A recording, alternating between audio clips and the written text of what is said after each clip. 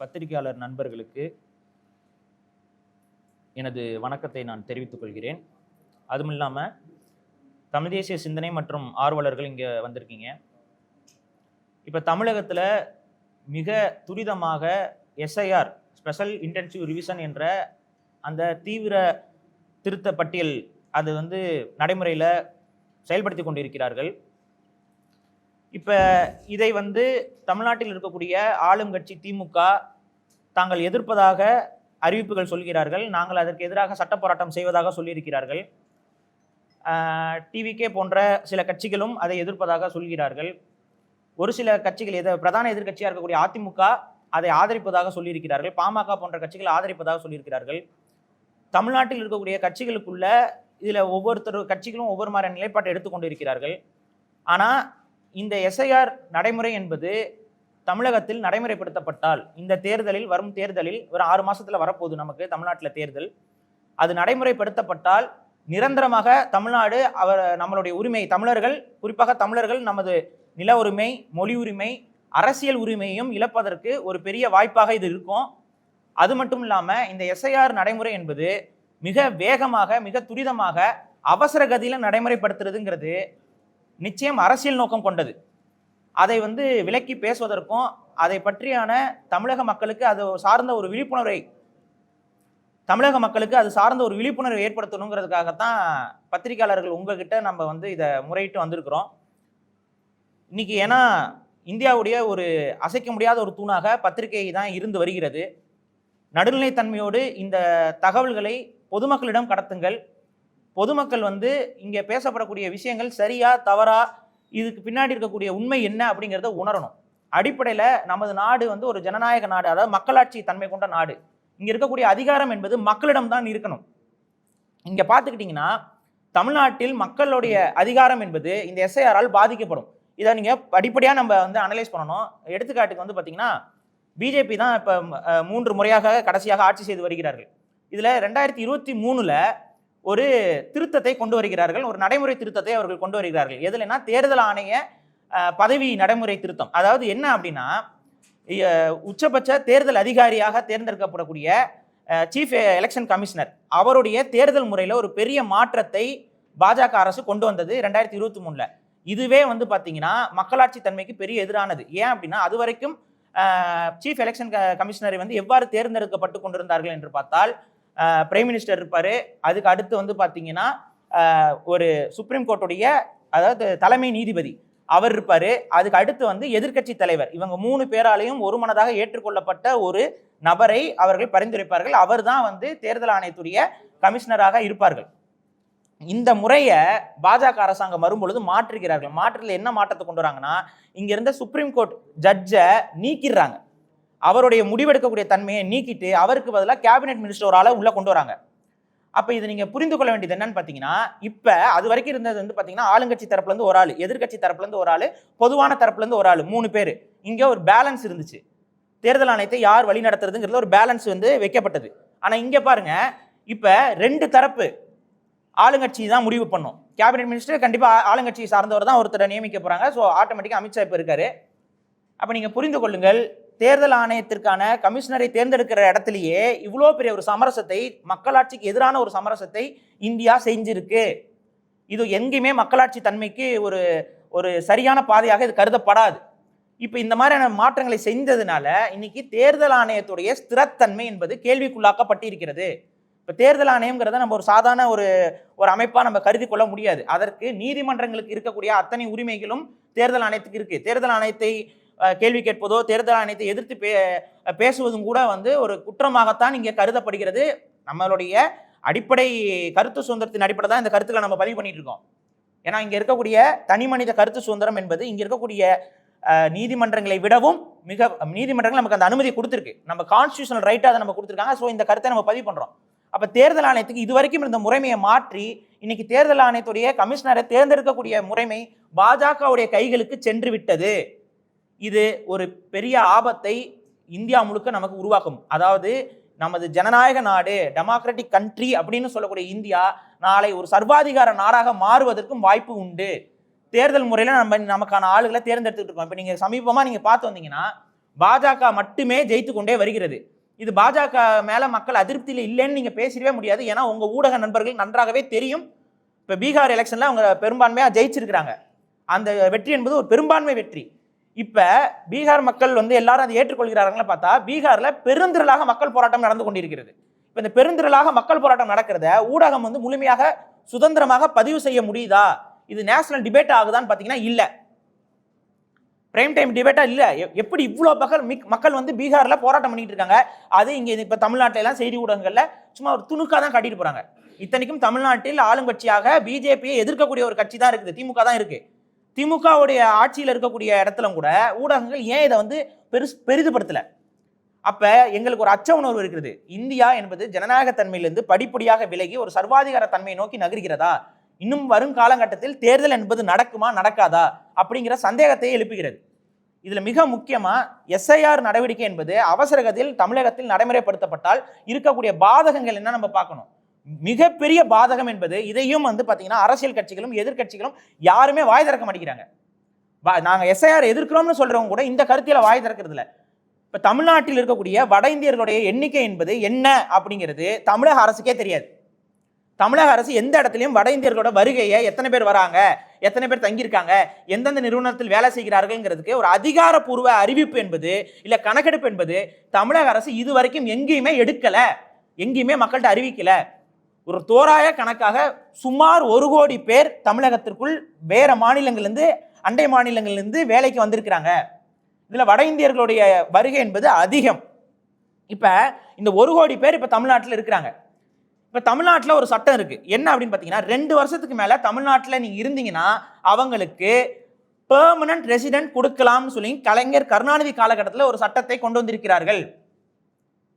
2 வருஷம் ஒருவர் தமிழ்நாட்டில் தங்கியிருந்தால் அவருக்கான நிரந்தர இருப்பிட சான்றிதழை தமிழக அரசினால் ஒருத்தருக்கு கொடுக்க முடியும்.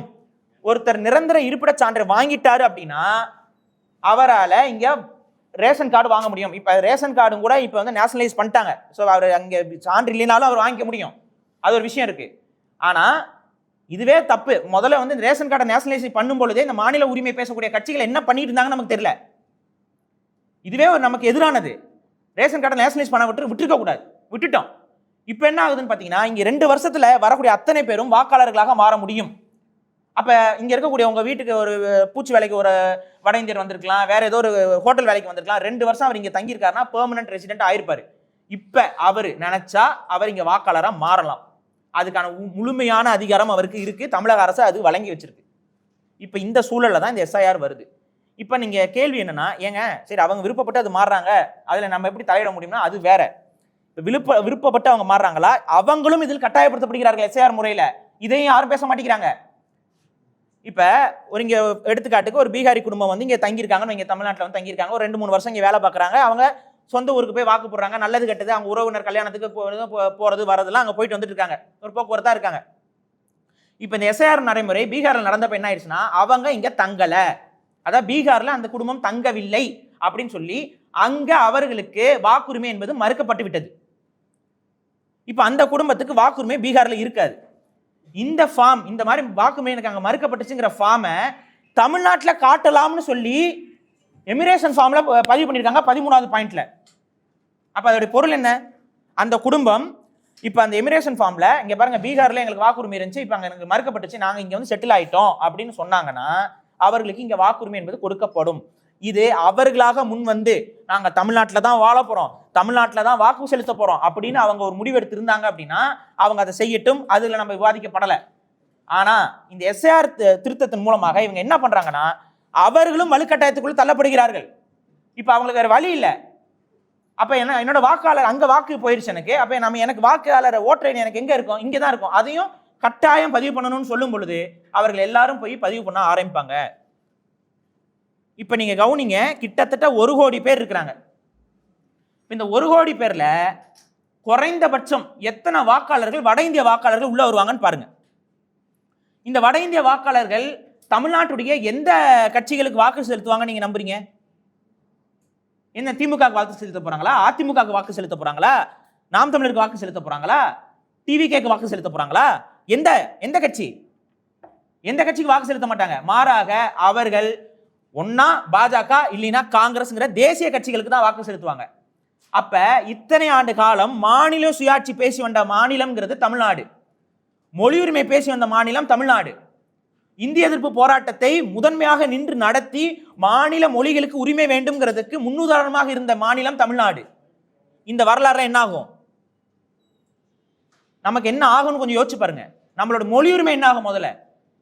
இப்ப இந்த 1 கோடி பேர்ல குறைந்தபட்சம் 60 லட்சம் பேர் தமிழ்நாட்டுடைய வாக்காளராக மாறிவிட்டார்கள் என்றால், அந்த 60 லட்சம் பேர் ஒன்னா கூடி ஒரு இடத்துல எங்களுக்கு ஹிந்தி பள்ளிக்கூடங்கள் வேணும், அரசு ஹிந்தி பள்ளிக்கூடங்கள் வேணும்னு சொல்லும் பொழுது உங்களுடைய இருமொழி கொள்கை என்ன ஆகும்? இந்த கேள்விகள் இருக்குது. அப்ப வட இந்தியர் வாக்காளர்களை வலுக்கட்டாயமாக தமிழ்நாட்டு தேர்தலுக்குள் அதுவும் அவசர கதியில் சேர்க்கக்கூடிய ஒரு மாபெரும் சதி திட்டம் தான் இந்த SIR.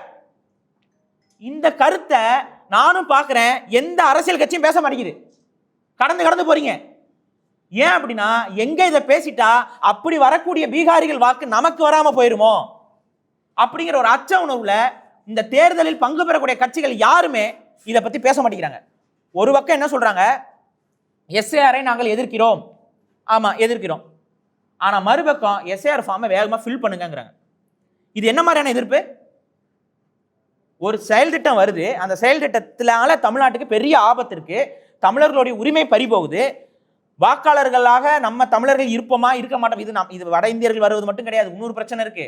இப்ப தமிழ்நாட்டிலையுமே வேலை வாய்ப்புக்காக வெளிமாநிலங்களுக்கு போயிருக்கவங்க திரும்ப இங்க வந்து வாக்கு போட்டுட்டு போயிட்டு இருப்பாங்க. இப்ப இவங்களுக்கு ஒரு கேள்விக்குறி, அந்த தேர்தல் அதிகாரி வீட்டுக்கு வர்ற நேரம் நம்ம இல்லைன்னா அது 3 முறை வருவாங்களாம்.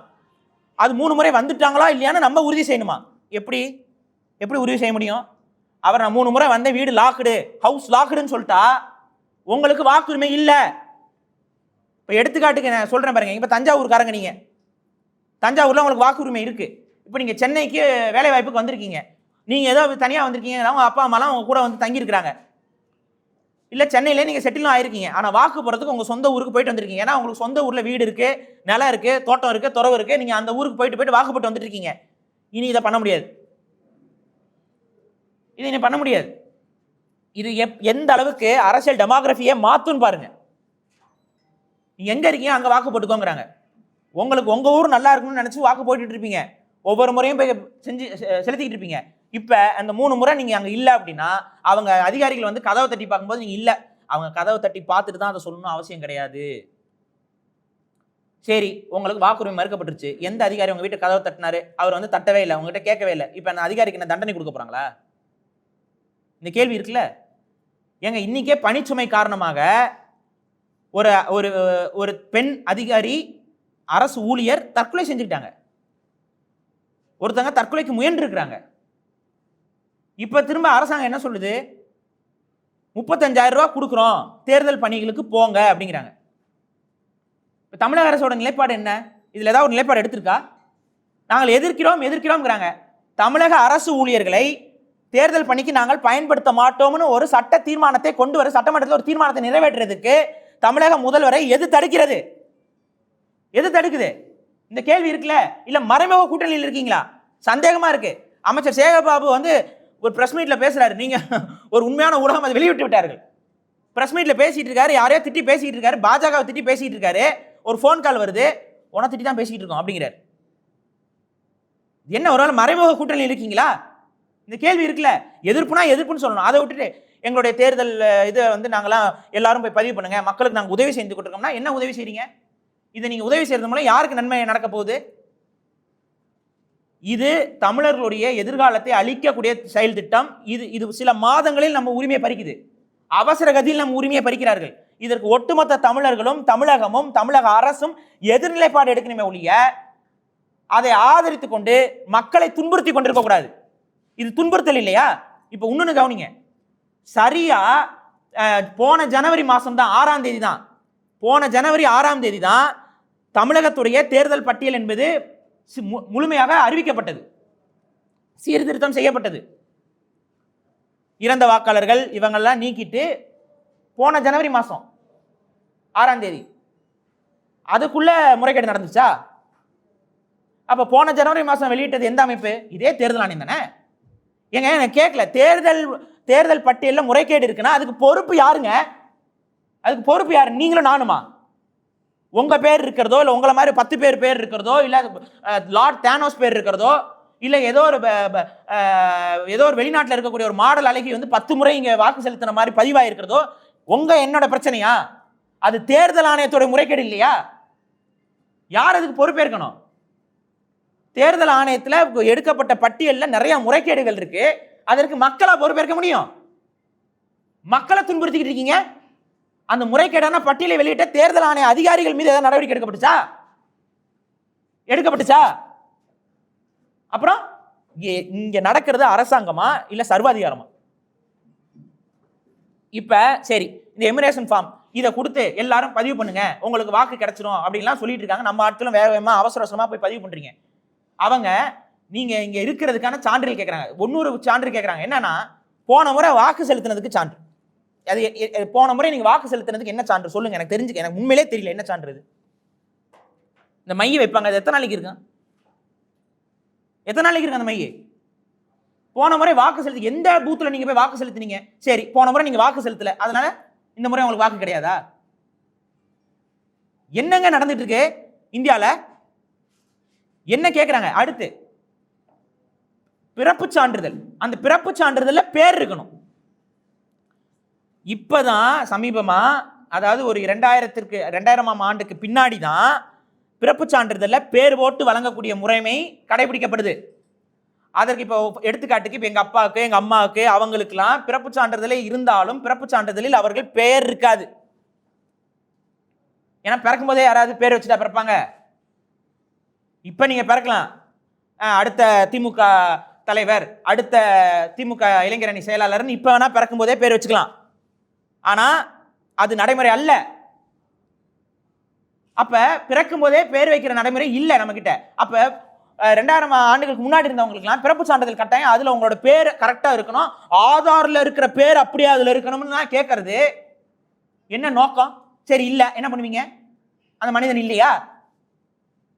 அப்படி இருந்துச்சா சரி செய்யணும் தானே சொல்ல முடியும். அதை விட்டுவிட்டு அப்படி இல்லைன்னா பேர் மாறிடுச்சுன்னா அது சேர்க்க முடியாதான். இதுல என்ன மாதிரியான நடைமுறை? அப்ப அவங்க நோக்கம் என்ன? வட இந்தியர்கள் எல்லாத்தையும் இங்க தமிழ்நாட்டுடைய வாக்காளர்களாக மாற்றிவிட்டு தமிழ்நாட்டில் இருக்கக்கூடிய வாக்காளர்களை எவ்வளவுக்கு எவ்வளவு தள்ளி விடணுமோ அவ்வளவு தள்ளி விட்டுறலாம் அவசர கதியில செய்யும் போது. இன்னும் சில ஊர்களுக்கு நம்ம போக முடியாது, சில கிராமங்களுக்கு நம்ம போக முடியாது. இப்ப இருக்க நிலைமையிலும் இருக்கு. அப்படி பழங்குடி மக்களை போய் சந்திக்கிறது இது எல்லாமே ரொம்ப கஷ்டமா இருக்கு. இன்னும் நிறைய பேர் கல்வி அறிவில் முன்னேறாம இருக்கிறாங்க. கல்வி அறிவில் முன்னேறிய மாநிலமாக இருக்கக்கூடிய தமிழகத்திலே இதான் நிலைமை. இவர்கள் இது இந்தியா முழுக்க செய்ய போறாங்க, அடுத்து 12 மாநிலங்களில் செய்ய போறாங்கிறாங்க. இதை தமிழ்நாடு தான் எதிர்க்க வேண்டும். இது நமக்கு மட்டும் வரக்கூடிய பிரச்சனை கிடையாது, இது எல்லா மாநிலங்களுக்கும் பிரச்சனை தான். எல்லா மாநில உரிமைக்கும் இது பிரச்சனை தான். இது தமிழ்நாட்டுக்கு மட்டும் ஏதோ ஒரு பிரச்சனை வந்துச்சுன்னு நம்ம கடந்து போயிட முடியாது.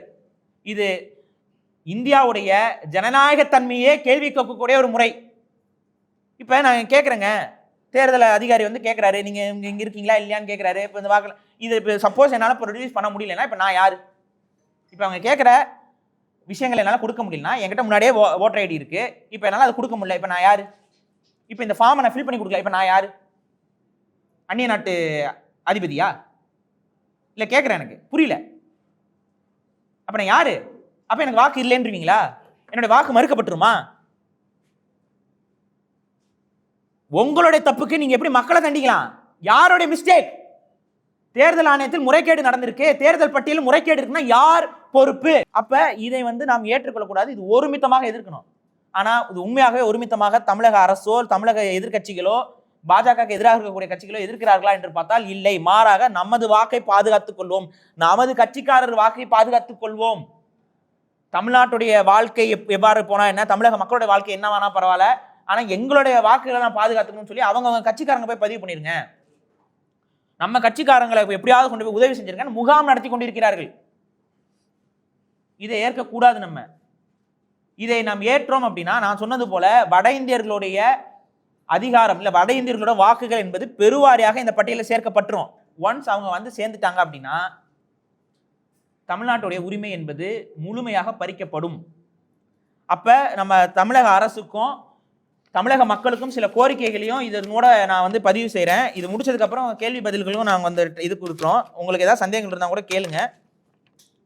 அடிப்படையில் வந்து பார்த்தீங்கன்னா, தமிழக அரசு எடுக்க வேண்டிய முடிவாக நாங்கள் பரிந்துரைப்பது என்ன அப்படின்னு பார்த்தீங்கன்னா, ஒரு சட்டமன்றத்தில் ஒரு தீர்மானத்தை தமிழக அரசு நிறைவேற்ற வேண்டும், தமிழக முதல்வர் நிறைவேற்ற வேண்டும். அது என்ன அப்படின்னு பார்த்தீங்கன்னா, தேர்தல் பணிகளுக்கு தமிழக அரசு ஊழியர்களை நாங்கள் வற்புறுத்த மாட்டோம், நாங்கள் பங்கு பெற செய்ய மாட்டோம்ங்கிற அரசு முடிவாக தீர்மானமாக தமிழக அரசு எடுக்க வேண்டும். இவ்வாறு எடுத்தால் மட்டும்தான் அது நீங்கள் உண்மையாக எதிர்க்கிறீர்கள் என்று பொருள்.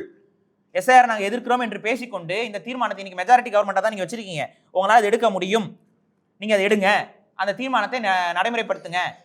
தமிழக அரசு ஊழியர்களை நாங்கள் இந்த தேர்தல் பணிக்காக, இந்த எஸ்ஐஆர் பணிக்கு, தேர்தல் பணிகளை எஸ்ஐஆர் பணிக்காக நாங்கள் வற்புறுத்த மாட்டோம், அவர்களை பயன்படுத்த மாட்டோம் அப்படிங்கிற ஒரு சட்டமன்ற தீர்மானத்தை தமிழக அரசு உடனடியாக எடுக்க வேண்டும். அதுதான் உண்மையான எதிர்ப்பு. அடுத்து, தமிழக மக்களுக்கு ஒருமித்த குரலாக எப்படி நம்ம ஜல்லிக்கட்டு போராட்டத்திற்கு இது எனது உரிமை பறிக்கப்படுகிறது, எனது வாழ்வியல் என்பது அளிக்கப்படுகிறது அப்படிங்கிறோமோ, அதை விட 100 மடங்கு நம்மளுடைய உரிமையும் வாழ்வியலையும் பறிக்கக்கூடிய, எதிர்காலத்தையும் நம் நிலத்தையும் தாய் நிலத்தையும் பறிக்கக்கூடிய ஒரு அரசியல் நடக்குது. ஒட்டுமொத்த தமிழர்களும் ஒத்துழையாமை, எப்படி காந்திய வழியில் காந்தி ஒத்துழையாமை இயக்கத்தை பயன்படுத்தி இந்தியாவுக்கு சுதந்திரம் ஆட்சி கொடுத்தாரோ, அதே போல நமக்கான சுதந்திரத்தை இங்கு நிலைநாட்ட வேண்டும் என்றால் அந்த ஒத்துழையாமையை நாம் கையில் எடுக்க வேண்டும். எமிரேஷன் ஃபார்மை எங்களால் ஃபில் பண்ண முடியாது, நாங்க இதுக்கு கம்பைல் ஆக மாட்டோம், உங்க தப்பு எங்க மேல திணிக்காதீங்க, உங்க தப்பு எங்க மேல திணிக்காதீங்க தான் சொல்லணும். இந்த எமிரேஷன் ஃபார்மை ஃபில் பண்ணி கொடுத்துக்கிறீங்கன்னா அவங்களுடைய அதிகாரத்திற்கு நீங்கள் அடிபணிகிறீர்கள் என்று பொருள். இது உங்களோட தேர்தல் உரிமையையும் உங்களுடைய உரிமையும் உங்களுடைய எல்லாத்தையுமே அழிச்சிடும். இந்த ஒத்துழையாமையை நாம் கையில் எடுத்துத்தான் தீர வேண்டும். ஒரு செகண்ட் யோசிச்சு பாருங்க, 6.5 கோடி வாக்காளர்கள் இது வரைக்கும் பதிவாயிருக்கக்கூடிய தமிழகத்தில் இந்த எஸ்ஐஆர் முறைமையில் தமிழக மக்கள் பங்கு பெறவில்லை என்றால் 2 கோடி வாக்கோ இல்லை 3 கோடி வாக்கு தான் பதிவாகுது அப்படின்னா இந்த எஸ்ஐஆர் என்பது தூக்கி எறியப்படும், தூக்கி வீசப்படும். மக்கள் ஒருமித்த இடத்துல நிக்கணும். எந்த அரசியல் கட்சியும் உங்களுக்கு துணை நிற்காது. நான் மக்களுடைய பிரதிநிதியாக தான் வந்து பேசிக்கிட்டு இருக்கேன், மக்களுக்காக தான் பேசுறேன். மக்கள் நாளைக்கு ஒரு பெரிய பாதிப்பை சந்திக்க கூடாதுங்கிறதுக்காக தான் பேசுறேன். இதனால எங்களுக்கு என்ன பாதிப்பு வந்தாலும் பரவாயில்லைங்கிற ஒரு முடிவோடு தான் வந்து பேசிக் கொண்டிருக்கிறோம். யாராவது இதை பேசி ஆகணும். இதை பேசுவதால் எங்களது குரல்கள் நறுக்கப்படும், நசுக்கப்படும். இதுல மாற்றுக்கருத்துல, ஏன்னா இந்தியா ஒரு சுதந்திர நாடாக இல்லை. தனி மனித கருத்து சுதந்திரத்துக்கு இந்தியாவில் இடம் இல்லை. இது ஒரு சர்வாதிகார தன்மையில போய்கிட்டு இருக்கு. இதை எதிர்த்து குரல் கொடுத்து தான் தீர வேண்டும். அதனாலதான் மக்கள்கிட்ட இந்த விஷயத்தை சொல்றேன். நீங்கள் இந்த நடைமுறைக்கு உடன்பட்டு விட்டீர்கள் என்றால் உங்களுடைய எதிர்காலத்தை யாராலும் காப்பாற்ற முடியாது. இந்த நடைமுறைக்கு எதிராக தமிழக மக்கள் ஒன்று கூட வேண்டும், ஒருமித்தமாக முடிவெடுக்க வேண்டும். உங்களுக்கு சந்தேகம்னா எவ்வளவு கேள்விகள் வேணாலும் கேளுங்க, அரசாங்கத்தின் மீது அத்தனை கேள்விகள் கேளுங்க. ஒரே ஒரு கேள்வி, பீகார்ல நடக்கிற எலெக்ஷனை பத்தி தமிழ்நாட்டுடைய எமிரேஷன் ஃபார்ம்ல ஏன் பதிவு வரணும்? 13வது பாயிண்ட்ல ஏன் எலெக்ஷன் கமிஷன் அதை அறிவிச்சிருக்கு? இதுக்கு ஒரு பதில் சொல்ல முடியுமா? அப்ப வட இந்திய வாக்காளர்களை கொண்டு வருவதுதானே இவரோட தலையாய நோக்கமா இருக்கு. வட இந்திய வாக்காளர்கள் இங்க வருவது தமிழக மக்களுக்கு சரியா? திருப்பூர்ல என்ன கொடுமைகள் நடந்திருக்குன்னு உங்களுக்கு பார்த்துட்டு தான் இருக்கீங்க. வட இந்தியர்களால் நடக்கக்கூடிய பிரச்சனை காவல்துறையால் கண்டுபிடிக்க முடியுதா? தமிழக காவல்துறைக்கு எவ்வளவு பிரச்சனை நடக்கு தெரியுமா?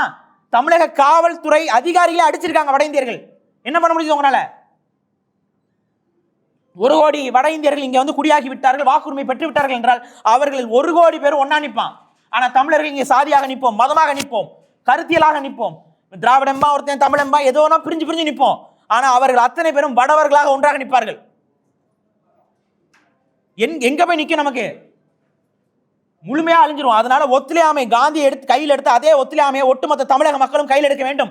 இந்த எதேச்சி அதிகார போக்கு பிஜேபி ரொம்ப வேகமா நடைமுறைப்படுத்திக்கிட்டு இருக்கு. அதுக்கு எதிராக தனி மனிதனாக யாராலும் என்னால முடியாது, உங்கள் ஒவ்வொருத்தரும் தனியாக முடியாது. ஆனால் நாம் அனைவரும் ஒன்றாக ஒருமித்த குரல் முடியாது அப்படின்னா முடியாதுதான்.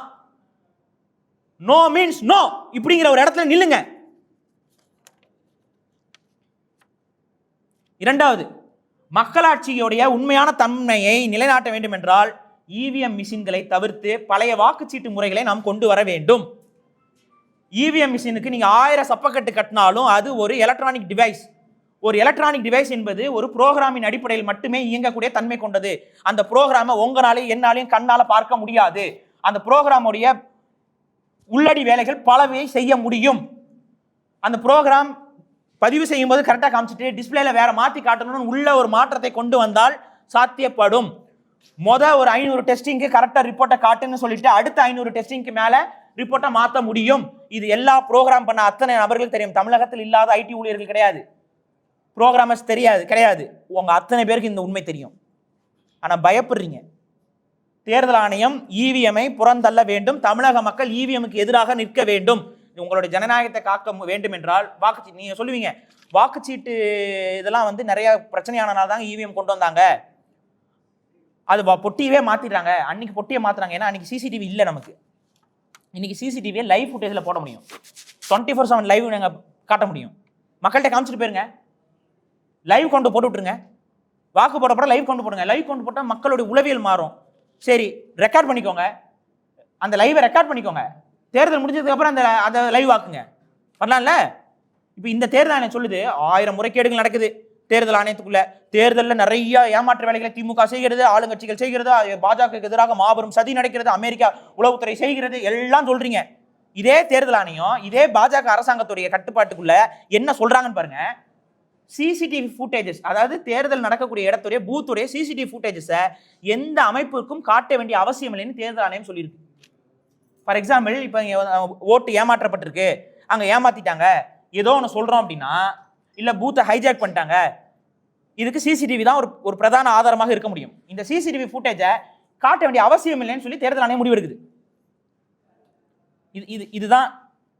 இதுதான் இங்கே நடக்கக்கூடிய சிசிடிவி ஃபுட்டேஜுக்கு யார் பயப்படுவா?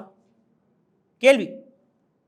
இப்போ நம்ம தமிழக காவல்துறை சிசிடிவி போடுது, யாரை கண்காணிக்கிறதுக்கு சிசிடிவி போடுது? மக்களை கண்காணிக்கிற. என்ன நடக்கக்கூடாதுங்கிறதுக்காக சிசிடிவி வைக்கிறீங்க, திருட்டு நடக்கக்கூடாதுங்கிறதுக்காக சிசிடிவி வைக்கிறீங்க. திருடர்களுக்கு தான் சிசிடிவி கண்டு பயம் இருக்கும், அச்சம் இருக்கும். சிசிடிவி ஃபுட்டேஜை வெளியிட மாட்டேன்னு தேர்தல் ஆணையம் சொல்வதற்கான காரணம் என்ன? ஏன் வெளியிடக்கூடாது? தேர்தல் ஆணையம் சொல்லுது.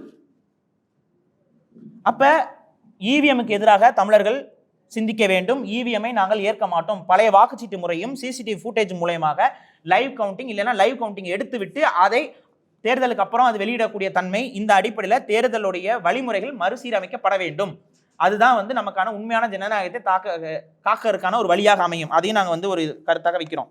அடுத்து, தமிழக அரசு இன்னும் காலம் தாழ்த்தாமல் இன்னர் லைன் பர்மிட் என்று சொல்லக்கூடிய உள்நாட்டு நுழைவு சீட்டை நடைமுறைக்கு கொண்டு வர வேண்டும். இந்தியாவில் இருக்கக்கூடிய பல மாநிலங்கள், நார்த் வெஸ்ட், இங்கெல்லாம் பார்த்தீங்கன்னா நிறைய மாநிலங்களில் இது நடைமுறையில் இருக்கக்கூடிய செயல் திட்டம் தான். இது என்னன்னா, வடவர்களுடைய எண்ணிக்கை ஒரு நாளுக்கு நாள் அதிகரிக்குது. யார் வரா என்ன வரான்னு தெரியல. நீங்களே சொல்றீங்க, கஞ்சா மற்றும் மற்ற போதைப் பொருட்கள்லாம் இங்கே விற்பனை ஆகுது, அங்கே வடக்குல இருந்து கொண்டு வந்து விற்பனை செய்கிறாங்க. காவல்துறை பல முறையை கேசஸ் ஃபைல் பண்ணியிருக்காங்க, பல எஃப்ஐஆர் ஃபைல் ஆயிருக்கு. வட இந்தியாவிலிருந்து திருட்டு கேஸ் ஃபைல் ஆயிருக்கு, பெண்கள் பாதிப்புக்குள்ளாக இருக்கிறாங்க, இது எல்லாமே கேஸ் ஃபைல் ஆயிருக்கு. முறைகேட அங்கே குற்றம் செய்து குற்றத்தை செஞ்சுட்டு இங்கே வேலை பார்க்குறவங்க இருக்கிறாங்க. அதனால அங்கே இருக்கக்கூடிய வழக்குகள்லேருந்து தப்பிக்கிறாங்க. இந்த மாதிரியான பல பிரச்சனைகள் நம்ம இங்கே நடைமுறையில் சந்திக்கிறோம். இதெல்லாம் தடுக்கிறதுக்கான ஒரே வழி இன்னர் லைன் பர்மிட் தான். இன்னர் லைன் பர்மிட்னா வேற ஒன்றும் கிடையாது. இங்கே வரக்கூடிய ஒவ்வொரு வட இந்தியரும் இங்கே நான் வேலைக்கு வரேன், எந்த இடத்துல வேலை செய்ய போகிறேன், எந்த அட்ரஸ்லேருந்து வரேன், எனக்கு என் மேலே எந்த வித குற்றவியல் வழக்கும் கிடையாது, என் மேலே எந்த வித ரெஸ்ட்ரிக்ஷனும் கிடையாதுன்னு சொல்லி ஒரு போலீஸ் சர்டிஃபிகேட்டை அவங்க பகுதியிலிருந்து, அவங்க எந்த ஆதார் கார்டு எந்த ரெசிடென்ட்லேருந்து இருக்காங்களோ அங்கேருந்து ஒரு போலீஸ் கிளியரன்ஸ் சர்டிஃபிகேட்டோட தமிழக அரசிடம் பதிவு செய்து விட்டு, நான் இத்தனை மாதங்கள் இங்கே வேலை செய்யலான் இருக்கேன், இந்த இடத்துல வேலை செய்யலான் இருக்கேன், இந்த இடத்துல தான் தங்கியிருப்பேன்னு சொல்லிட்டு அதுக்கு ஒரு சீரியல் நம்பர் தமிழக காவல்துறையோ இல்லை தமிழக அரசோ கொடுக்கும். அதன் அடிப்படையில் அவங்க இங்கே வேலை செய்யலாம். இதுதான் இன்னர் லைன் பர்மிட் முறை. இதன் மூலமாக தமிழ்நாட்டுடைய பாதுகாப்பு என்பது 100% உறுதியாக்கப்படும். இங்கே இருக்கக்கூடிய பல பிரச்சனைகள் நமக்கு மட்டும் இல்லை, இங்கே வட இந்திய சாமானிய ஊழியர்களுக்குமே பிரச்சனை. சில பொய் கேசுகள் கூட அவங்க மேலே போடப்படுறதா சில பேர் குற்றம் சாட்டுறாங்க. ஏன்னா அவங்களுக்கு இங்கே அதிகாரம் இல்லை, அவங்களுக்கு இங்கே எந்த பிரச்சனைலாம், அவங்க வேலை செய்ய வந்தவங்க மேலாம் பொய்யா வழக்கு போட்டுறாங்கிற மாதிரி குற்றச்சாட்டுலாம் அங்கே சொல்லிட்டு இருக்காங்க. யார் சொல்கிறா? பாஜக சொல்லுது, நான் சொல்லலை, பாஜக சொல்லுது. பீகாரிலிருந்து வந்தவர்கள் அடித்து விட்டார்கள். இப்போ பீகார்லேருந்து யார் வந்தாங்கன்னு நமக்கு தெரியாத போது நீங்கள் என்ன சொல்லி இது பண்ணுவீங்க? தமிழக அரசு தரப்புல இருந்து கமிஷனர் ஆஃப் போலீஸ் அறிக்கை கொடுக்குறாரு. என்ன அறிக்கை கொடுக்குறாரு? பீகாரிலிருந்து வந்த யாரையும் இங்கே யாரும் துன்புறுத்தவில்லை, அது முழுமையான வதந்திங்கிறார். அதை ஏற்றுக்கொண்டார்களா? அது இவர் சொல்றதை ஏற்காம அங்கிருந்து அதிகாரிகளை அனுப்பி இங்கே ஆய்வு செய்ய வைக்கிறாங்க. இது எவ்வளவு பெரிய அவமானம் நமக்கு. அப்ப இதெல்லாம் எதனால இப்ப நடக்குது? இங்க யார் வரா யார் போறா நமக்கு தெரியல. அப்ப இந்த முறைமையை நடைமுறைப்படுத்தி விட்டால் யார் வருகிறார்கள் யார் போகிறார்கள் என்பதை தமிழக அரசால் கண்காணிக்க முடியும். அந்த ஒரு வட இந்தியர் வராரு, அவர் நீங்க யாருப்பா, என்னப்பா, உன்னோட இன்னர் லைன் பர்மிட்டை காட்டுப்பான்னு சொன்னா முடிஞ்சு போச்சு. அவரோட பர்மிட் மீறி இருந்தார், தம்பி நீ உன் டைம் முடிஞ்சிச்சு, நீங்க மாநிலத்துக்கு நீ போகணும் அப்படின்னு சொல்லி நீங்களே அனுப்பி வச்சிடலாம். இல்லைன்னா ரெனியூவல் பண்ண சொல்லலாம். உன்னோட வேலை இன்னும் முடியல, போய் ரெனியூவல் பண்ணீங்கன்னா ரெனியூவல் ஆஃபீஸில் போய் அவங்க ரெனியூவல் பண்ணிக்கிட்டோம், பிரச்சனை முடிஞ்சுது. ஒருத்தன் அந்த சீட் இல்லாமல் இருக்கானா அவன் முறைகேடாக தமிழக உள்ள நுழைஞ்சிருக்கான்னு அர்த்தம். என்ன நோக்கத்துக்காக வந்திருக்க விசாரிக்கலாம், ஒரு காவல்துறை விசாரிக்கலாம். இன்னைக்கு நீங்க ஒருத்தன் கஞ்சா விற்கிறக்கே வந்திருக்கான்னு வைங்க, நீங்க காவல்துறை கிட்ட அவன் என்ன சொல்லுவான்? கட்டிட தொழிலுக்கு வந்திருக்கேன்பா, பெயிண்ட் அடிக்க வந்தேன்பா, அதான சொல்லுவான். கஞ்சா விற்க வந்தேன்னு சொல்லுவான். இப்போ கட்டட தொழிலுக்கும் பெயிண்ட் அடிக்க வரும்போது இன்னர் லைன் பர்மிட் இருக்குங்கிற பட்சத்தில் காவல்துறையால் ஈஸியாக ஒருத்தரை பின் பாயிண்ட் பண்ண முடியும். ஸோ இன்னர் லைன் பர்மிட் என்பது தமிழகத்துடைய பாதுகாப்புக்கு மிக மிக மிக மிக அவசியமான ஒரு முறை. இந்த முறையை காலம் தாழ்த்தாமல் தமிழக அரசு செய்ய வேண்டும். இதை ஏன் நான் சொல்றேன்னா, ஒன்ஸ் இன்னர் லைன் பர்மிட் ஒருத்தருக்கு இஷ்யூ ஆயிடுச்சு அப்படின்னா அவர் பெர்மனன்ட் ரெசிடென்ஸ்ங்கிறத வாங்க முடியாது. ஏன்னா வேலைக்காக தான் உள்ள வந்திருக்காரு, அவர் பெர்மனன்ட் ரெசிடென்ஸ் வாங்க முடியாது. இது வடக்கில் இருக்கக்கூடிய சில நாசகர சக்திகளை தமிழக மக்களை பாதுகாக்க ஒரே வழிமுறை இதுதான். இன்னர் லைன் பர்மிட்டுடைய தேவையை தமிழ் தேசியவாதியாக இருக்கக்கூடிய நான் மக்களிடம் சொல்கிறேன். மக்கள் தான் இந்த கோரிக்கையை முன்வைக்க வேண்டும். திமுக அரசு உண்மையாகவே தமிழகத்தையும் தமிழக மக்களையும் காக்கணுங்கிற எண்ணம் உங்களுக்கு துளியளவும் இருந்தது என்றால் இன்னர் லைன் பர்மிட்டை தள்ளி போடாதீங்க, தயவு செஞ்சு நடைமுறைப்படுத்துங்க. கெஞ்சி கேட்டுக்கொள்கிறோம், தமிழக மக்களின் சார்பாக கெஞ்சி கேட்டுக்கொள்கிறோம். அதுக்கப்புறம் நான் சொன்னது போல, முன்னாடி சொன்னது போல, 2 நாள் வந்தாலே, 2 வருடங்கள் தமிழகத்தில் தங்கினாலே அவர்கள் தமிழர்களாக கருதப்படுவார்கள், தமிழ்நாட்டு குடிமக்களாக கருதப்படுவார்கள் என்ற தமிழக அரசுடைய நிலைப்பாட்டை மாற்றி அந்த 2 வருடங்கள் இல்லாம அது வேற ஒரு பட்டியலுக்கு கொண்டு வர 5 வருடமோ இல்லை 6 வருடமோ அவர் முறையான இருப்பிட சான்று பெறுவதற்கு அவர் இங்க சொத்தோ பத்தோ வாங்கியிருந்தால் மட்டும்தான் அவர் தமிழ்நாட்டு குடிமகனாக கருதப்படுவார்னு சட்டங்களை மாற்றம் கொண்டு வரணும். இந்த சட்டம் இருப்பதால இன்னைக்கு வரக்கூடிய வட இந்தியர்கள் மிக சுலபமாக பெர்மனன்ட் ரெசிடென்ஸ் வாங்கி விடுகிறார்கள். இதுல இன்னொன்று, நம்மளுடைய அதிகாரிகள், இந்த மாதிரியான ரெசிடென்ட் அட்ரஸ் இதெல்லாம் கொடுக்கக்கூடிய அதிகாரிகள் எல்லாரும் 100% உண்மையும் தன்மையும் நேர்மையும் கொண்டவர்களாக இருக்கிறார்களா என்று நம்ம உறுதியிட்டு சொல்லிவிட முடியாது. ஒருவர் நேற்று வந்துட்டு கூட அதை வாங்க முடியும். இது ஏன் நான் சொல்றேன் அப்படின்னு பார்த்தீங்கன்னா, நிறைய பேர் ஆந்திராவிலிருந்து வந்து தமிழ்நாடுல படிக்கிறதுக்கும் கூட இந்த மாதிரி வராங்க. ஆந்திராக்காரங்களா இருப்பாங்க, அவங்க மாணவர்களுக்கு தமிழ்நாட்டு காலேஜில் சீட் வாங்கணும் அப்படின்னா ரொம்ப சுலபமா இங்க ஒரு பெர்மனன்ட் ரெசிடென்ஸ் இருக்கிற மாதிரி காமிச்சிட்டு அவங்க வந்து கவுன்சிலிங்ல கலந்துக்கிறாங்க. இதெல்லாம் நடந்துகிட்டு இருக்கு, இதெல்லாம் கண்ணுமுன்னா நடக்குது, நிறைய பேர் பார்த்துருப்பீங்க அந்த மாதிரி. அப்ப இந்த முறைகேடுகள் சரி செய்யப்படும். ஏன்னா இது வந்து சாதாரண பிரச்சனை இல்லை, இது வந்து ஒரு தேசிய இனத்தின் அழுகுரல். தமிழ்நாட்டை விட்டா நமக்கு போறதுக்கு நாதி கிடையாதுங்க. நம்ம இங்க வரவங்க எல்லாரும் ஏத்துக்குவோம், ஆனா நம்ம எங்க போனாலும் அடிச்சு விரட்டிக்கிட்டு இருக்காங்க. நீங்க இது வரைக்கும் போன எந்த நாட்டில் உங்களை அடிக்கல சொல்லுங்க? கர்நாடகத்தில் இருக்கீங்க, அடிக்கலையா? ஆந்திரால இருக்கீங்க, உங்களை சுடலையா? கேரளால உங்க மேல வெந்நீரை ஊத்தலையா? இதெல்லாம் நடந்திருக்கா இல்லையா? இந்த கேள்விகள் நீங்க முன்வைங்க. மும்பையில் இருக்கோம், தாராவியில் இருக்கோம், என்ன நடக்குது? தாராவியில் இருக்கக்கூடிய மும்பையில் இருக்கக்கூடிய தமிழர்கள் நம்மளாம் விரும்பி போல, வெள்ளக்காரன் கொண்டு போய் குடியமர்த்திட்டான், அவன் வேலைக்காக நம்ம இழுத்து கொண்டு போய் அங்கே போட்டு போயிட்டான். நம்ம ஒன்றும் விரும்பி வேலைக்காகலாம் போகல, நம்ம எங்கேயுமே நம்ம விரும்பிலாம் போகல. அவங்க நம்மளை அடிமையெல்லாம் எடுத்துக்கொண்டு போய் குடியமர்த்தினதான் உலகம் முழுக்க பரவி இருக்கக்கூடிய தமிழர்கள். இல்லை போருக்கு பயந்து நம்ம ஓடி போனதான், இதுதான் நடந்திருக்கு. இதுல எங்க நம்மளை அடிக்கல? எந்த நாட்டில் நம்மளை அடிக்கல? எங்க போனாலும் தமிழை அடி வாங்கிட்டு மிதி வாங்கிட்டு வரான். அப்ப இது தமிழனுக்கு மட்டும் இல்ல, எல்லா இனங்களும் அவ்வாறு தான் நடந்துக்கணும். தமிழர்கள் தாய் உள்ளம் கொண்டு நம்ம எல்லாரையும் அரவணைப்போம், கிரவணைப்போம்னா நம்ம உரிமைகளை நம்ம இங்க இழந்துருவோம். எல்லா மக்களையும் அரவணைக்கணும் தான், ஆனா நமது உரிமையை உறுதி செய்துவிட்டு அரவணைக்கணும். இதான் இங்க நான் சொல்றது. இன்னொரு இது ஒரு ரொம்ப அறிவாளித்தனமான சில இந்த பாஜக தரப்பு நபர்கள்லாம் பேசும்பொழுது, நீங்க ஒரு ஊர்ல இருக்கீங்க தமிழ்நாட்டில், வேற ஒரு ஊர்ல நீங்க வாக்காளர் வாங்கினது இல்லையா? இது ஒரே நாடு தானே, ஒரே இந்தியா தானே, எல்லாம் சொல்றதெல்லாம் கேட்கறதுக்கு நல்லா தான் இருக்கு. என் வீட்டில் நான் சமையல் அறையில் இருக்கேன், படுக்கை அறையில் இருக்கேன், கழிவறையில் இருக்கேன், அது என்னுடைய உரிமை. பக்கத்து வீட்டுக்காரன் படுக்கை அறைக்கு நான் போனால் அவன் என்ன சொல்லுவான்? ஏய் நீ யார், எதுக்காக நீங்கள் உள்ள வரேன்னு கேட்க தான் செய்வான். ஒரே தெரு தான், ஆனால் வீடு வேற வேற. இது தமிழ்நாடு, இது தமிழர்களுக்கான வீடு, இது எங்களுக்கு உரிமை. இங்கே ஒருத்தன் கெஸ்ட்டாக வரானா கெஸ்ட்டாக இருக்கட்டும், வாங்க வரவேற்கிறோம். எனக்கு நான் வந்து ஒருத்தருக்கு சம்பளம் கொடுத்த ஒரு வேலைக்கு ஒருத்தர் வர வைக்கிறேன்னா வாங்க வேலை செய்யுங்க, நல்லா வாழுங்க, பிரச்சனை இல்லை. ஆனால் என்னுடைய எதிர்காலத்தையும் என்னுடைய நாட்டுடைய எதிர்காலத்தையும் எனது மக்களுடைய எதிர்காலத்தையும் தீர்மானிக்கக்கூடிய இடத்துக்கு இவர்கள் சென்றார்கள் என்றால் அது எனது அழிவு. அந்த அழிவுக்கு நான் தலை வணங்கி போவேன்னா என்னால் ஏற்றுக்கொள்ள முடியாது. இதை நாம் கடுமையாக எதிர்க்க வேண்டும். இந்த SIR முறைமையை தமிழக மக்கள் ஒத்துழையாமை என்ற ஒரு ஆயுதத்தை, உன்னதமான ஒரு அகிம்சை வழி ஆயுதத்தை, நமது வழிகாட்டல், நமது முன்னோர்களுடைய வழிகாட்டலின் அடிப்படையில் இது ஒட்டுமொத்தமாக எதிர்க்கணுங்கிறது தான் என்னுடைய முழுமையான கருத்து. என்னோட கருத்தை இதோட நிறைவு செய்கிறேன். உங்களுக்கு ஏதாவது பத்திரிகையாளர்களுக்கு ஏதாவது சந்தேகங்கள் இருந்தால் நீங்கள் தாராளமாக கேளுங்க.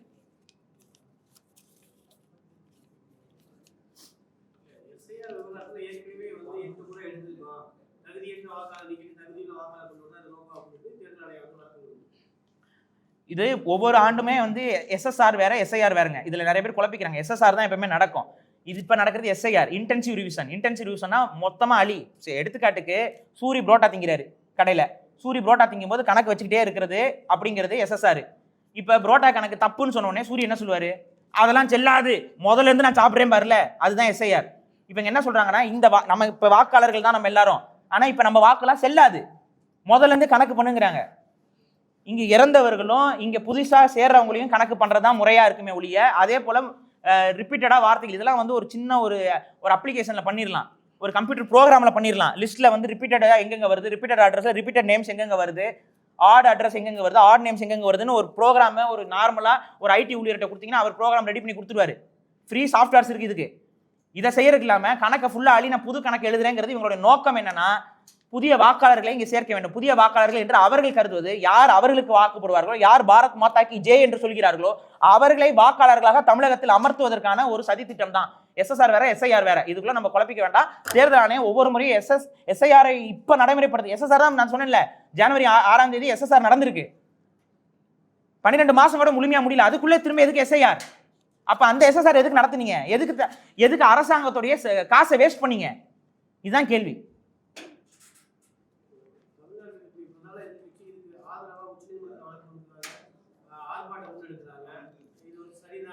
இல்ல, இது அதிமுக வந்து வெக்கி தலை குனிய வேண்டிய நிலைமைக்கு இது தள்ளப்படணும். தமிழக மக்கள் எல்லாரும் அதிமுகவை கேள்வி கேட்கணும். காரணம் என்னன்னா, அண்ணா அவர்களை வந்து முன்னிலைப்படுத்தக்கூடிய அதிமுக, அண்ணாவோட கொள்கையை கொண்டதாக தன்னை அடையாளப்படுத்திக் கொள்ளக்கூடிய அதிமுக ஒட்டுமொத்த மாநில அதிகாரத்துக்கும் எதிராக இருக்கக்கூடிய இந்த முறைமையை வந்து ஆதரிப்பேன் என்று சொல்வதே கேவலம். அதை வழக்கு வேற போய் போடுவது அதை விட கேவலம். அந்த கேவலத்திற்கு நீதிமன்றமே அவர்களுக்கு பதில் கொடுத்துச்சு. உங்களுக்கு தேவைன்னா தனியாக வழக்கு போடுங்க, அதை விட்டு வேற ஒரு வழக்கில் வந்து உள்ள ஜாயின் பண்ண முடியாது ஆப்போசிட்டான்னு சொல்லி அவங்களை அனுப்பி விட்டுருக்காங்க. இதுதான் நடந்திருக்கு. ஸோ இங்க என்ன பார்த்தீங்கன்னா, அதிமுக செய்யறது பச்சை தமிழின துரோகம். எடப்பாடி பழனிசாமி அவர்கள் தன்னுடைய அதிகாரத்தை காப்பாற்றிக் கொள்ள வேண்டும் என்பதற்காக, தன்னுடைய கட்சியில அதிகாரத்தை காப்பாற்றிக் கொள்ள வேண்டும் என்பதற்காக இந்த மாதிரி வளைந்து கொடுத்து நெளிந்து கொடுத்தால் அவருடைய நம்பகத்தன்மை வந்து உடைத்தெறியப்படும். நீங்க நினைக்கலாம், இங்க வந்து 1 கோடி வாக்காளர்கள் உள்ள ஆட் ஆனாங்க அப்படின்னா அது பிஜேபி கூட்டணியில் இருக்க நமக்கு தானே வரும், அதனால நம்ம இந்த முறை வரலாம், அடுத்த முறை நீங்க இருப்பீங்களா? அதிமுக இருக்குமா? இந்த முறையே நீங்க இருப்பீங்களாங்கிறது சந்தேகம் தான். நீங்க தான் கூட்டணியே வச்சுட்டீங்க. அப்படி இருந்தும் வந்து பிஜேபியோட கூட்டணியில் இருக்கவங்க எல்லாம் உங்களுக்கு எதிராகவே பேசிக்கிட்டு இருக்காங்களே, ஏன்? இதுக்கு பதில் சொல்ல முடியுமா? அதிமுகவால பிஜேபியோட கூட்டணியில் இருக்காங்க, உங்களை விட்டு பிரிந்து போனவங்க பிஜேபியோட கூட்டணியில் தான் இருக்காங்க. அப்படி இருக்கிறவங்க எந்த அடிப்படையில் உங்களுக்கு எதிராகவே பேசிக்கிட்டு இருக்காங்க? நீங்க கூட்டணியில் தான் இருக்கீங்க.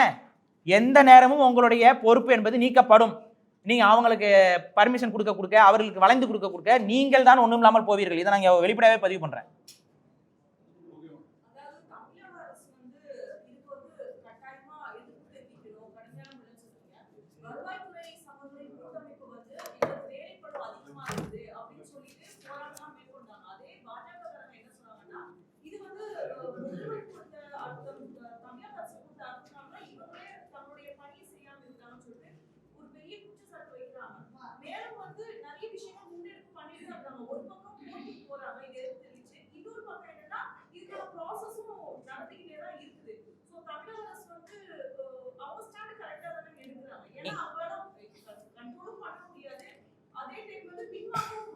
இல்லை, இங்கே தமிழக அரசு நான் சொன்னதை செஞ்சால் தான் அது சரியான ஸ்டாண்டாக நாங்கள் பார்க்க முடியும், மக்கள் பார்க்கணும். ஏன்னா இப்போ நீங்கள் எடுக்கிறது நாங்கள் சட்ட போராட்டம் நடத்துகிறோம், அதே போல் இங்கே வந்து ஊழியர்கள் வந்து போராட்டம் பண்ணுறாங்க, ஒத்துழைக்க மாட்டேங்கிறாங்க அப்படின்னு சொல்லி, சரி அவங்க ஊழியர்கள் ஒத்துழைக்காத போது தமிழக அரசு என்ன சொல்லுச்சு? அது உங்கள் விருப்பம்னு சொல்லிச்சா? இல்லை, மாறாக நீங்கள் ஒத்துழைக்கலைன்னா உங்கள் மீது நடவடிக்கை எடுக்கப்படும் தான் சொல்லியிருக்காங்க. அதுக்கப்புறம் வந்து தேர்தல் ஆணையம் வந்து அவர்களுக்கு அதிக சம்பளம் கொடுக்குறோம்னு ஒப்புதலும் கொடுத்துருக்கிறார்கள். இது வந்து வெளிப்படையாக காசுக்காக அப்படிங்கிற மாதிரி நினைக்கிறாங்க. காசு கொடுத்துட்டா ரத்தம் சிந்திடலாமா? இப்போ ஒருத்தங்க பணிச்சுமையின் காரணமாக தற்கொலை செஞ்சுட்டாங்க. இப்போ அந்த 35,000 ரூபா கொடுத்துட்டா அவங்க தற்கொலை செய்யாமல் இருந்திருப்பாங்க நீங்கள் சொல்ல வரீங்களா? இதுதான் கேட்கணும் நம்ம தேர்தல் ஆணையத்தை பார்த்து. தற்கொலை செய்கிற அளவுக்கு அங்கே பணிச்சுமை அதிகரிக்குதுங்கிறத நீங்கள் பார்க்கணும். எவ்வளோ காசு கொடுத்தாலும் அந்த பணிச்சுமையை ஒரு மனிதனுக்கு நம்ம கொடுக்கலாமா? நான் கேட்குறேன், எதுக்கு இந்த அவசர கதி? ஏன் இதே எஸ்ஐஆர் தேர்தலுக்கு அப்புறம் பண்ணுங்க, இல்லை ஒரு வருஷத்துக்கு முன்னாடி நீங்கள் பண்ணியிருக்கலாம். உங்கள் கையில் தானே கவர்மெண்ட் இருந்துச்சு. இப்போதான் உங்களுக்கு நாணயம் வந்துச்சா? தேர்தலுக்கு முன்னாடி இந்த அவசர கதியில் தான் உங்களுக்கு நாணயம் வருமா? அப்போ இது வந்து முழுக்க இது அரசியலாகத்தான் பார்க்கப்படும்.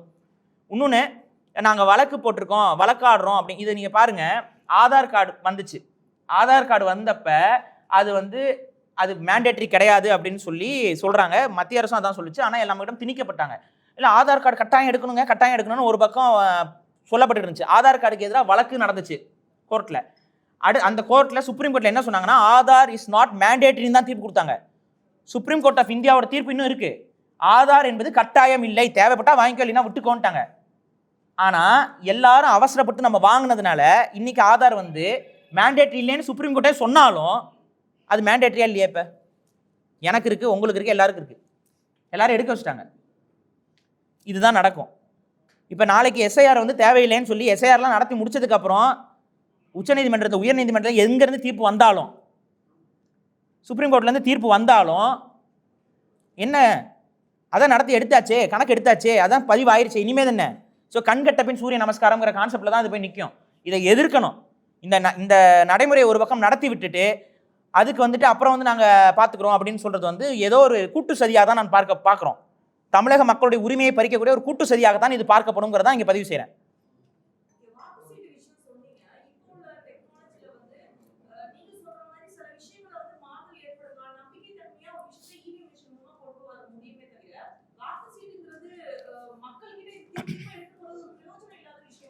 இல்லைங்க, இங்கே நம்ம எப்படி இதை அணுகணும் அப்படின்னு பார்த்தீங்கன்னா, ஒரு ஃபிசிக்கல் ப்ரூஃப் ஆஃப் அவர் ஓட் அப்படிங்கிறது நம்மக்கிட்ட இருக்கணும். அந்த ஃபிசிக்கல் ப்ரூஃப் வந்து ஒரு டிஜிட்டல் மீடியம்குள்ளே நீங்கள் இது என்ன மாதிரி கூட வச்சுக்கோங்க. ஒரு டிஜிட்டல் மீடியம்குள்ளே ஒரு ஃபிசிக்கல் ப்ரூஃப்ங்கிறது கிடையவே கிடையாது. Any digital form of medium is hackable, is ஆல்டர்னேட்டாக பண்ண முடியாது. அதுக்கு தகுந்த மாதிரி ப்ரோக்ராம் உருவாக்க முடியும். அந்த ப்ரோக்ராமை அது நிறைய பேர் போட்டு காமிச்சிருக்காங்க. இவங்க என்ன சொல்கிறாங்கன்னா, எங்களை நம்புங்கள், தேர்தல் ஆணையத்தை நம்புங்கள், நம்பிக்கைத்தான் எல்லாம் தான் நீங்கள் சொல்கிறீங்க ஒழிய அந்த நம்பிக்கைக்கு பின்னாடி நமக்கு என்ன நடக்குதுங்கிறது ஒரு பிளைண்ட் பிலீஃபில் தான் நம்ம போக முடியும்.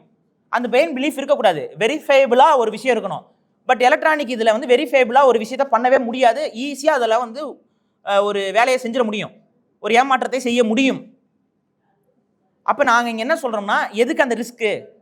இன்றைக்கி டெக்னாலஜியில் நம்ம மற்ற நாடுகள்கிட்ட இராணுவ டெக்னாலஜியில் அந்த ஒப்பந்தம் போட்டுட்ருக்கோம். ரஷ்யா கிட்ட போடுறோம், அமெரிக்கா கிட்ட போடுறோம். இது மாதிரி வளர்ந்த நாடுகள்லாம் ஒவ்வொரு நாட்டுக்குமே டெக்னாலஜிக்காக நம்ம போகிறோம். சீனாவுக்கு போடுறோம். இதில் எந்த நாட்டில் எலக்ட்ரானிக் ஓட்டிங் மிஷினை நடைமுறையில் வச்சுருக்காங்க? அவங்கள விட நம்ம டெக்னாலஜியில் வளர்ந்துட்டோம்னு நம்ம சொல்ல போகிறோமா, இல்லை அவங்களுக்கு தெரிஞ்ச ஒரு விஷயம் நமக்கு இங்கே தெரியாமல் இருக்கா? இவ்வளோதான் கேள்வி. இப்போ நம்ம வச்சுருக்க எல்லாருடைய ஃபோனும் ஹேக்கபிள் தான். எந்த கம்பெனி ஃபோனாக இருந்தாலும் சரி, இட் இஸ் ஹேக்கபிள். அதனால தான் சொன்ன, தெரியாமல் ஒன்று அமைக்கிட்டிங்கன்னா அது வந்து உங்களோட பணம் போயிடுது. இன்றைக்கி பணம் போதா இல்லையா? பேங்க்குடைய அக்கௌண்ட்ஸ்லேருந்து பணத்தை திருடுறாங்களா இல்லையா? ஒரு சின்ன தவறு நடக்கும்போது, ஒரு சின்ன பிரச்சனைகள் நடக்கும்போது, இவ்வளோதான் விஷயம். அப்போ எலக்ட்ரானிக் பேஸ் மீடியமை வந்து நம்ம முழுமையாக அங்கீகரிக்க முடியாது, ஆதரிக்க முடியாது. நம்மளுடைய பழைய வாக்குச்சீட்டு முறை என்பது தான் ஓரளவுக்கு ஸ்திரத்தன்மை கொண்டது. அன்றைக்கி அந்த ஸ்திரத்தன்மை இல்லாமல் போனதுக்கு நமக்கு வீடியோ இந்த மாதிரியான ஆதாரங்கள் கிடையாது. ஆனால் இன்றைக்கி வந்து இன்னைக்கு இருக்கக்கூடிய சர்வேலன்ஸ் டெக்னாலஜி ரொம்ப அதிகமாக வளர்ந்துருக்கு. அன்றைக்கி பார்த்தீங்கன்னா ஒரு காவல் அதிகாரியோ 2 காவல் அதிகாரியோ போட்டிருப்பீங்க, அவங்ககிட்ட காசு கொடுத்துட்டாலோ இல்லை அவங்கள மிரட்டிட்டாலோ அதை சாத்தியப்படுத்திடலாம். ஆனால் இன்றைக்கி சிசிடிவி ஃபுட்டேஜில் வச்சுக்கோங்க, சிசிடிவி சர்வேலன்ஸில் வச்சுக்கோங்க. இன்றைக்கி மக்கள் ஒவ்வொருத்தருக்கிட்டையும் ஃபோன் இருக்குது, எல்லார்கிட்டையும் ஃபோன் இருக்குது, அதில் எல்லாருக்கிட்டையும் கேமரா இருக்குது. பல ஆயிரம் கண்களால் இந்த உலகம் பார்த்து கொண்டு இருக்குது. யாரும் அப்படி ஏமாத்திட முடியாது. ஸோ ஆகவே இன்றைக்கி இருக்க டெக்னாலஜியில் நம்ம வாக்குச்சீட்டு முறைமைக்கு போடுறது தான் இந்த ஜனநாயகம் என்பது காக்கப்படும். நான் இங்கே பேசி கொண்டு இருப்பது என்பது ஏதோ எனக்கோ அப்படிலாம் இல்லை, இந்த நாட்டுடைய எதிர்காலத்துக்காக நான் பேசிக்கிட்டு இருக்கேன். இந்த நாடு என்பது நல்லவர்களால், நேர்மையானவர்களால், மக்களால் ஆளப்பட வேண்டும் என்றால், மக்களுடைய விருப்பத்திற்கு ஏற்ப இந்த நாடு ஆளப்பட வேண்டும் என்றால் அது வாக்குச்சீட்டு முறைமையில் தான் சாத்தியம். இவிஎம்ல சந்தேகத்திற்குரியதே அப்படிங்கிறது தான் என்னுடைய இறுதி கருத்து. வந்த அத்தனை பேருக்கும் நன்றி.